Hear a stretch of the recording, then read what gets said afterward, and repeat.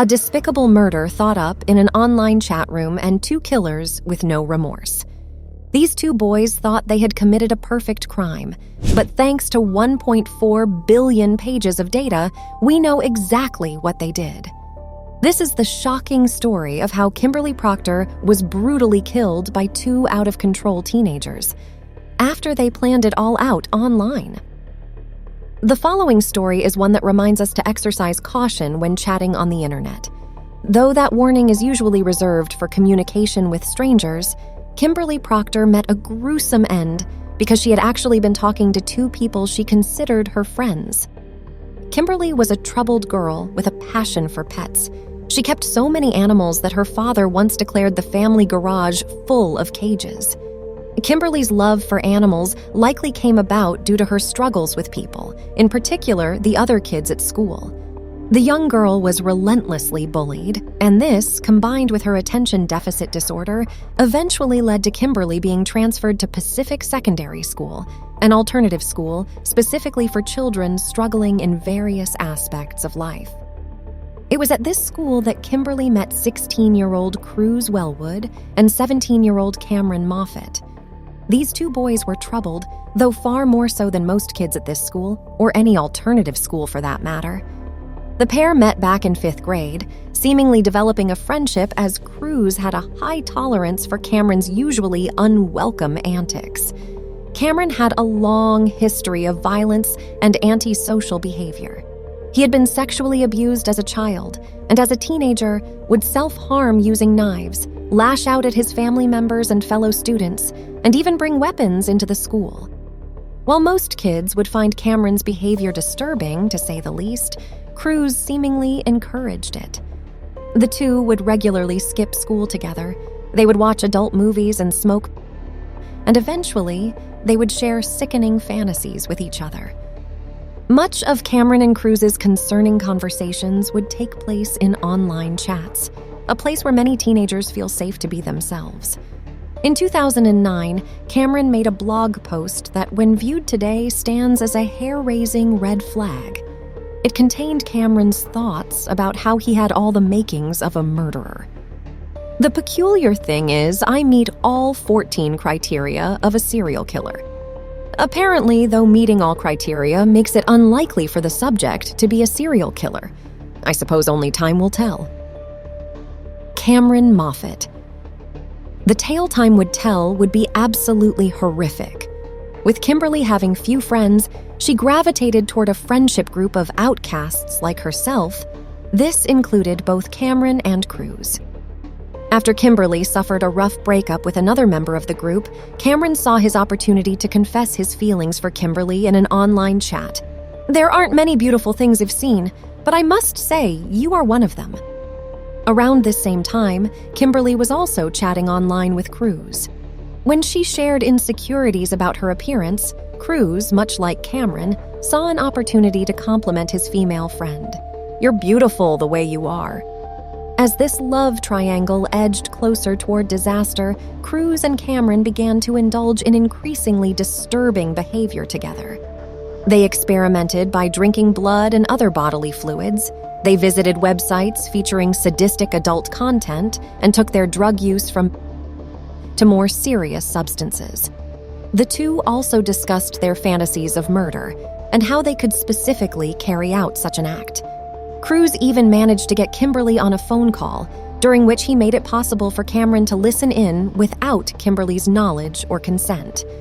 As this innocent girl chatted with Cruz, Cameron and his best friend shared messages online. Cruz, "I'm going to rip her nose ring out and burn it. Burn her flesh." Cameron, "Yai, not keep her bound and alive." Cruz, "That's what I'm going to do, but I need to get her stoned first and possibly seduce her." Cameron, "LOL, try quickly." Viewed without context, this message could come across as strange, perhaps even as a harmless, albeit disturbing message exchange between 2 teenage boys. The problem was, Cameron and Cruz were no ordinary teenage boys, and by this point, they had already decided to commit an unthinkable act against their friend. On March 18, 2010, in Vancouver, Canada, Cameron Moffat spent approximately $17 on camping fuel at the local Canadian Tire department store. He, Cruz, and Kimberly then all met up at a bus stop and then visited Cruz's house. It was here that the two teenage boys would unleash their planned attack on Kimberly. This was no spur-of-the-moment incident, as Cruz had even prepared a code phrase to alert Cameron as to when to begin the vicious assault. "I think I'm going to make some KD," would be the sinister signal to let Cameron know the time was right. The term KD is popular among Canadians and refers to Kraft macaroni and cheese. Cruz likely deemed this inconspicuous enough not to alarm Kimberly. After the three teens arrived at the house on Happy Valley Road, Cruz didn't wait long before blurting out the code phrase. The verbal cue was followed by the boys violently beating Kimberly, tying her up, sexually assaulting her, shoving a sock into her mouth, and attacking her with a knife. Cameron and Cruz then duct-taped Kimberly and threw her inside a freezer. While this may seem like a macabre attempt to hide a dead body, when Kimberly was placed into the freezer, she was still alive. With Kimberly trapped, Cruz headed online to send Kimberly one last message, likely an attempt to give himself an alibi. "Cruz, are you done babysitting yet?" While Cruz was typing out this part of his plan, his other friends spotted him online and unsurprisingly reached out. "Dude, speak."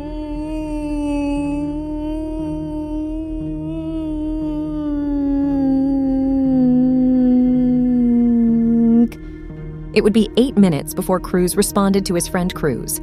"Sorry, the freezer was jumping around." Kimberly's cause of death was asphyxiation. She likely suffocated whilst locked inside the freezer.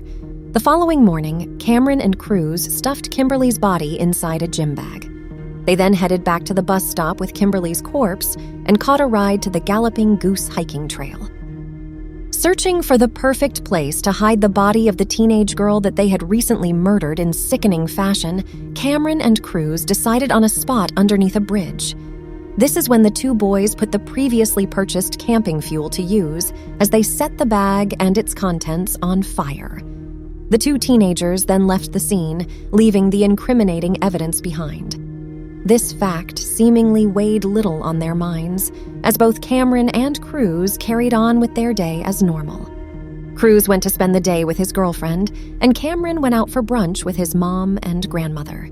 That same evening, at around 7 p.m., a local man stumbled across the ashes and charred remains left behind by the teenage boys. A team of over 40 officers was quickly assembled to tackle the case, and soon enough, dental records from the remains were able to confirm the body as that of Kimberly Proctor. Law enforcement had solved the mystery of the whereabouts of this missing girl, but they now had to figure out who had killed Kimberly. As the town mourned the loss of the 18-year-old, police kept a close eye on the internet activity of those who knew her. In the aftermath of the murder, Cruz Wellwood was arrested for assaulting his own mother, though he was conveniently out on bail in time to attend Kimberly's memorial service. Perhaps in Cruz's mind, hiding in plain sight was the safest way to keep from getting caught.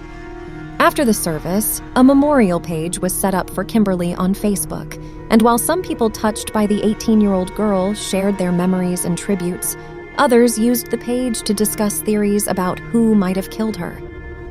Amateur detectives or not, these theories and ideas were closely watched by law enforcement. After all, it was likely that somebody who knew Kimberly knew something about how she died. During this time, Cruz grew increasingly afraid that his dark secret would be brought to light, and so, in an attempt to lighten the burden on his own conscience after just 5 days, he decided to confess his crime in the one place he felt safe: online.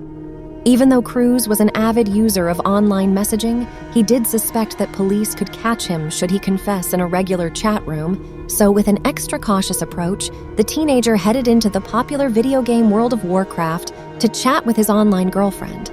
Cruz then confessed the horrific crime through text, typing out the unthinkable details for the girl to read. Cameron joined the chat shortly afterward, adding authenticity to the likely unbelievable story Cruz was telling. The girl allegedly told Cruz she would always be there for him no matter what. a statement the teenager seemed to greatly appreciate as the chat continued. Cruz, no matter how things turn out, I'll make it up to you somehow, one day. Girl, what about her family and her friends and all whose lives you have ruined? Cameron, no, I don't feel bad for them.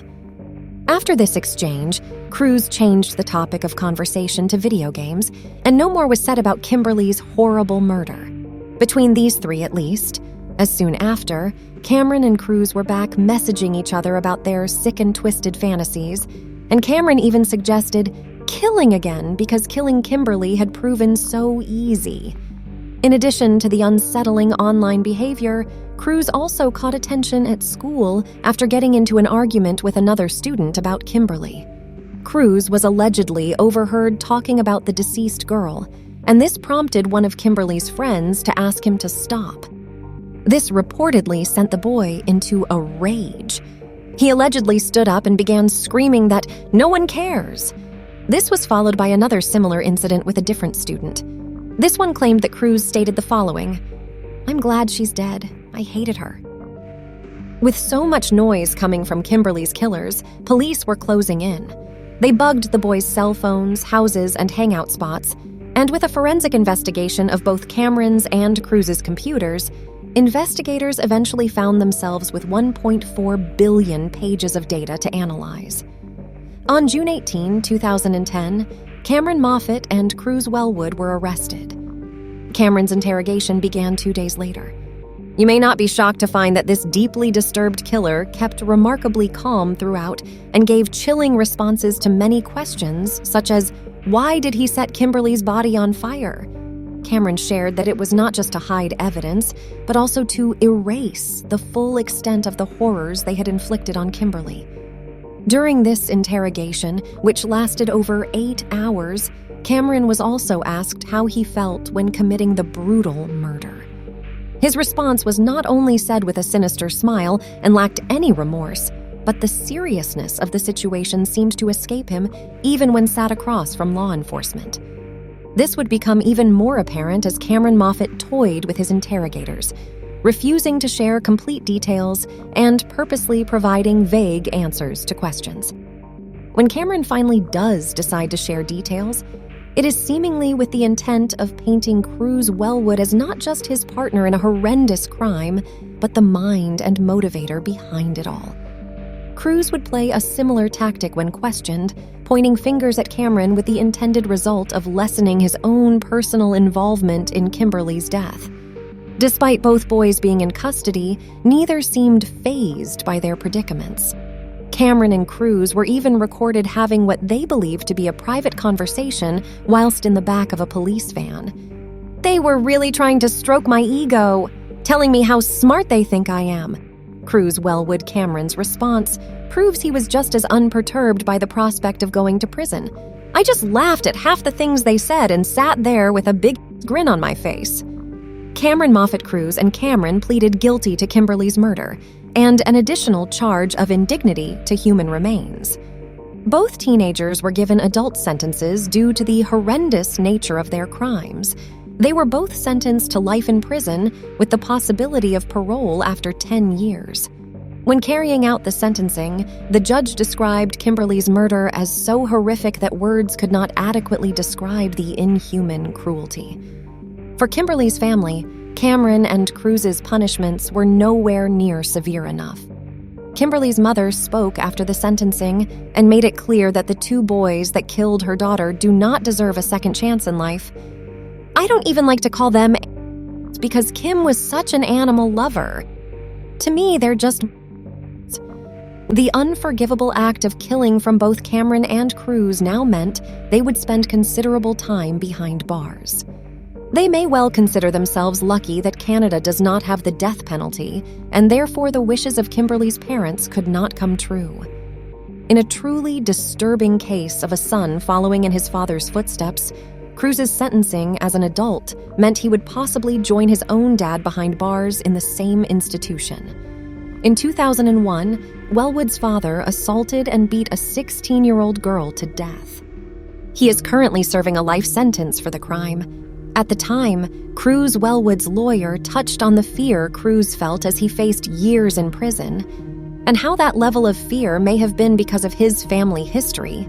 He's still only 17, and to place him in the hardened environment of the federal penitentiary, where he is going to be the subject of bullying or sex attacks, has made him very afraid. I don't know if that's because his father is there and has told him things. Bob Jones. In 2020, 10 years after Kimberly's murder, Cruz Wellwood appeared before the parole board seeking full parole and the privilege of escorted day passes. He was denied and once again categorized as an individual with a high risk of reoffending. It was also revealed that Cruz is still known for violent and angry outbursts, though this violence is always directed toward himself. Despite all of this, Cruz Wellwood will be eligible for parole again in 2027. Kimberly's father still feels as though justice has not been served. I get cranked up about it. In this country, it's the families of the victims that serve the life sentence. Fred Proctor. The fact that both Cameron Moffat and Cruz Wellwood could soon be walking free in society may now be the most frightening aspect of this case. Many still wonder what could possibly have driven two teenage boys to do such unspeakable things to a girl who had done nothing to wrong them. Both Cameron and Cruz were assessed psychologically. Both were found to be sexual deviants, and both were found to have psychopathic characteristics. There may have been warning signs that these two boys were capable of such horrors. But they went unnoticed, despite both of them being victims of childhood sexual abuse and having histories of violence. In the years since Kimberly's death, the Pacific Secondary School has introduced a violence threat protocol in the hopes that it will prevent such a tragedy from ever happening to a student again. For Kimberly Proctor, it is too little too late. And for her family, the suffering will only continue as they are left to dread the day that both Cameron and Cruz are released from prison. While it may have been impossible to predict such a stomach-turning attack from the two teenage boys, could this crime have been prevented by the school? Perhaps the system failed all three teenagers, or perhaps Cameron and Cruz were always destined to commit murder no matter what.